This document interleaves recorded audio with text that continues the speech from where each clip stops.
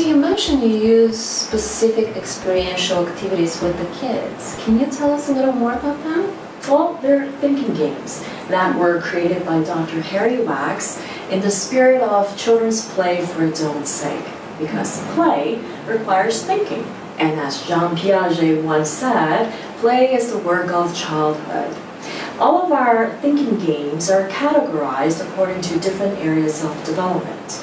And the positive results include enhanced problem-solving capabilities, stronger academic performance and curiosity, improved social interactions, and most importantly, authentic self-confidence and resiliency.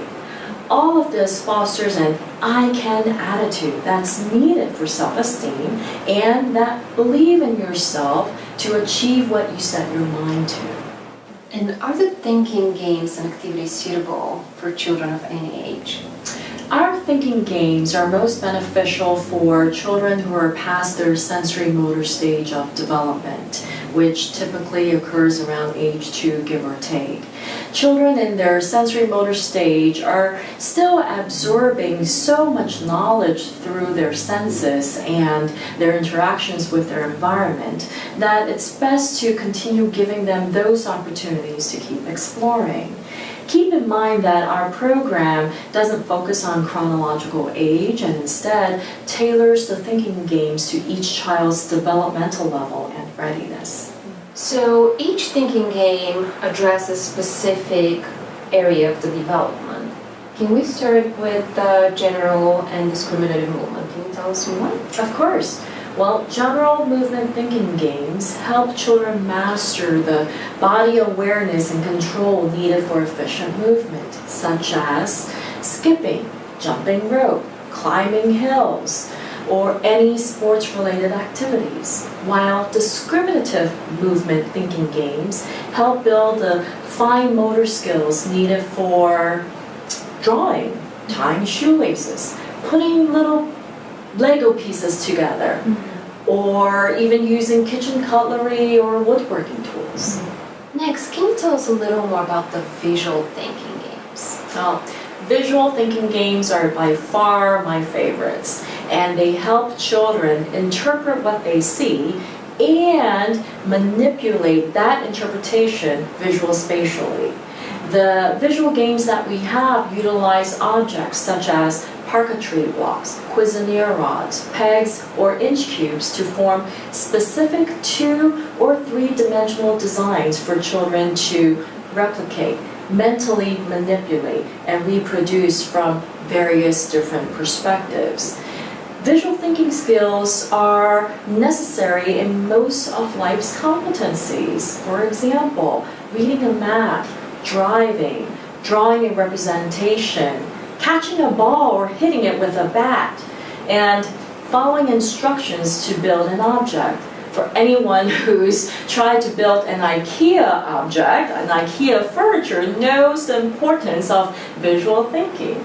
So as you can imagine, children with visual spatial challenges will have difficulties with math and science in school. And now let's talk about the hand thinking games. What do they address? Well, children learn through their sensory inputs. That's why very young children want to touch and mouth everything, because that's how they learn about their world, through touch.